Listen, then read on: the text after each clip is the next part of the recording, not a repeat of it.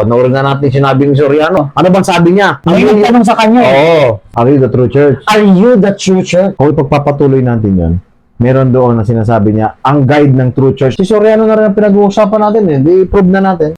We are not saying that we are the true church. You see, the true church is made up of the apostles, the prophets, the evangelists, the preachers, the miracles, the gifts of healing, etc., etc. They can even heal, they can even raise the dead. But who of us now can raise the dead?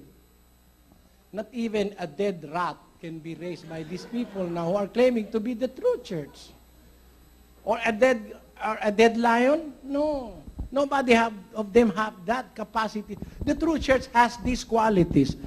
Chapter 10, verses 1 and so on of the book of Matthew. It says, and when he had called unto him his 12 disciples, he gave them power against unclean spirits to cast them out and to heal all manner of sickness and all manner of disease.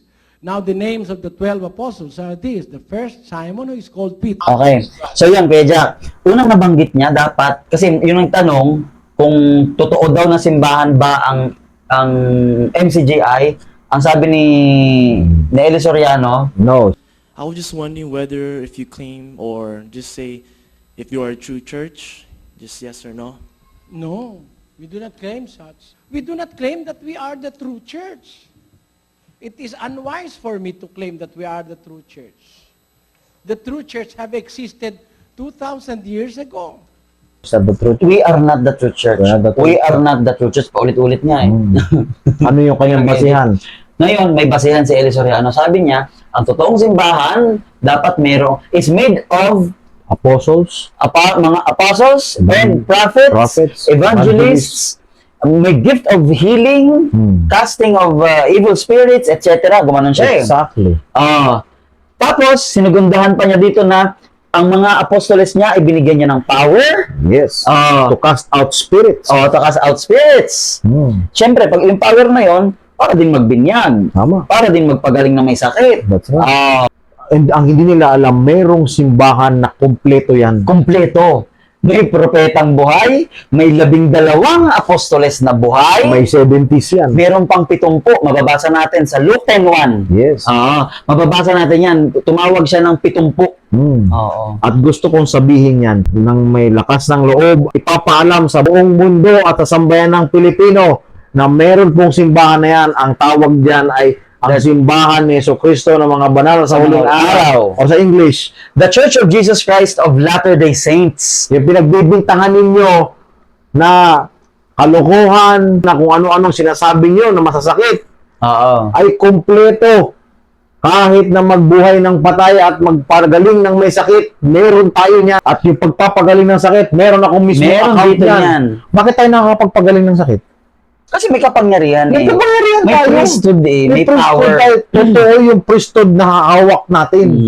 Kaya ang ating kapangyarihan ay konektado sa langit at makakapagbuhay ng patay. Sinasabi niya wala na raw yun. Meron. Meron.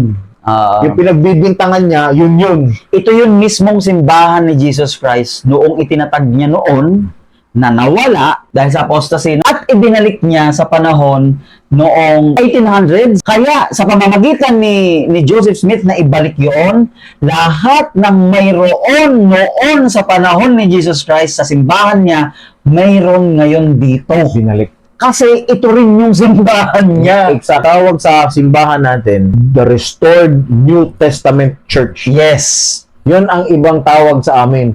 Dahil kami yung ni-restore na New Testament noon. Yes. Ito yun. Bakit The Church of Jesus Christ of Latter-day Saints? Ang pangalan, napakahaba naman.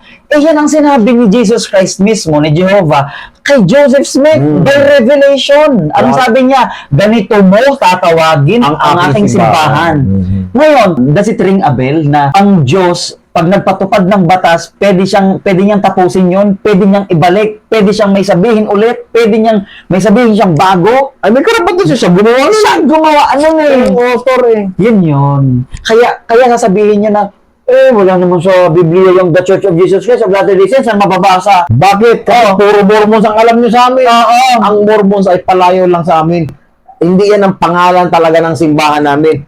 palayo yan dahil dun sa aklat ni Mormon na nailabas. Oo. Book of Mormon. Dahil dun sa Mormon, ipinalayaw sa amin. Yes. At saka nagpupumilit sila, kuya, hindi iyan ang pangalan sa simbahan ni Jesucristo sa Bible daw. Kasi Mormons. ang nakalagay doon ay Church of God, Iglesia ng Diyos, or Iglesia ni Cristo, or Church of Christ.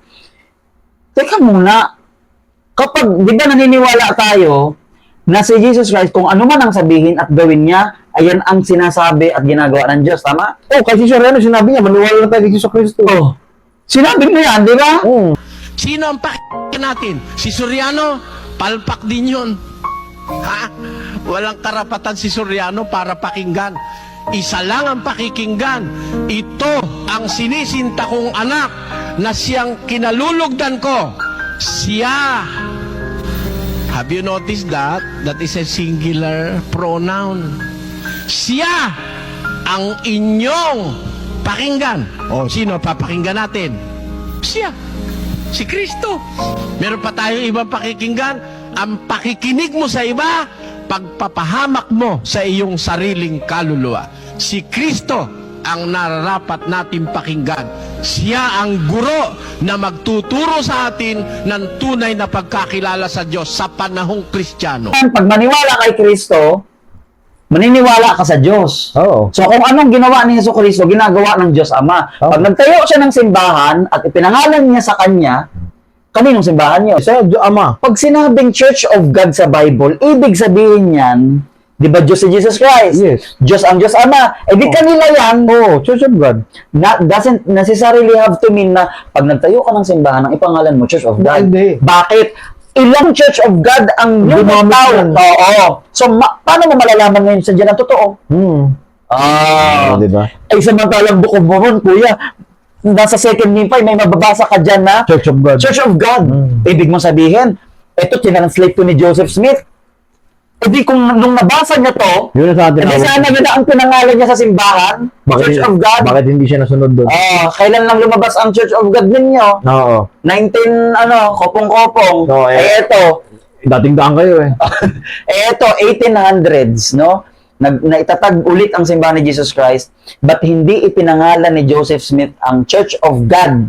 Eh, nasa Book of Mormon yan. Ibig sabihin, maniwala tayo na may buhay ang Diyos, tatawag siyang propeta, maniwala tayo sa sasabihin ng propeta kung ano man yan.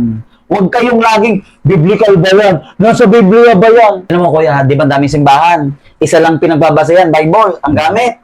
Pero bakit may isang simbahan na hindi kumakain ng ganito, pero dito sa isang simbahan na to, pwede naman. Oo. O hindi sila nagkakaisa. Bakit di sila Pero bakit magkakaisa? Bible lang ang hawak nila? Oh, biblical naman sila. Biblical sila parehas. Nag-aaway pa rin sila. Kasi walang propetang magpapaliwanag ng banal na kasulatan. Oo nga no. Yung idea na yan, sasabihin na sa atin, hinapukol nila sa atin. Biblical lang, wala tayo dapat, biblical lang. Yung ibang kalaban ninyo, biblical lang din. Ba't nag-aaway pa kayo? That's right. Biblical din naman sila. Yung nga, partida, walang ginagamit na ibang... walang ibang ginagamit yun, ha? Tayo lang, sa lahat ng reliyon, tayo lang ang maliban sa Bible, mayroong Book of Mormon, may Doctrine and Covenants, may Pearl of Great Price. That's right. 4 ang standard works natin. Okay, ipukol nyo sa amin yan. Biblical lang. Pero bakit yung iba sinasabihan nyo, biblical lang sila, nag-aaway pa kayo? Nag-aaway pa kayo. Ba't di kayo magkaisa? Oo. Mag-merge na lang kayo Ayaw sa mo isang naman kaisa-isa dyan. Oo, mag-merge na lang kayo sa isa. Kasi kaya namin ipaliwanag yung sa Bible, kaya namin palawakin yan, ipaliwanag sa inyo yan.